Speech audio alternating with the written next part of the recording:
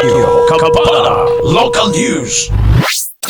Isip kabahin sa pagsugod sa ilang intramural sports sa NCMC. Ilang gibalik ang ilang tradisyon nga electro parade diin sila ang nagpasiugda ni ini kaniadto apan nawala sa pipila ka mga katuigan. Nagpabunggahay sa ilang mga inspired mobile games booth ang 8 ka mga department nga misalmot sa maong parada. Mibida usab ang mga sikat nga mga karakter sa online games sama sa Mobile Legend, Clash of Clan, Roadblock, Justice League ug Clans of Hero ug uban pang karakter sa sikat nga mga dula sa cellphone. Ang electro parade usa ka main street electrical parade din adunay disenyo sa libuan ka mga bombilya og mga LED lights og adunay mga nindot nga mga disenyo. Ang ilang giparada sa mga nag-unang kadalanan sa Barangay Maranding sakop sa lungsod sa Lala. Nagpabunggahay usab sa ilang klaseng disenyo nga gikuha gikan sa mga bida sa mga online games ang 8 ka mga department sa maong eskwelahan. Wala nagpapildi sa ilang costume ang mga misalmot ilabi na ang sikat nga ML kun Mobile Legend nga gikahimot-an sa tanan. Samtang wala usab nagpaulahi ang Clash of Clans nga mibida dala pa ang ila mga army. Sigon sa opisyal sa North Central Middle College nga si Miss Mirna Yap Undag na ila ang maong eskwelahan nga kaniadto tungod sa ilang gibuhat nga mga electro parade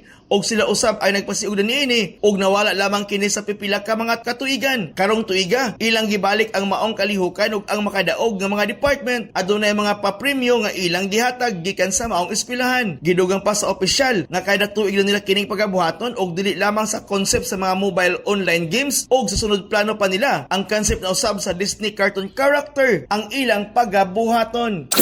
Mga impormasyon gikan sa Lanao del Norte alang sa DXD Radio Campana 28 Mike Navarro reporting. Radyo Kapala Local News.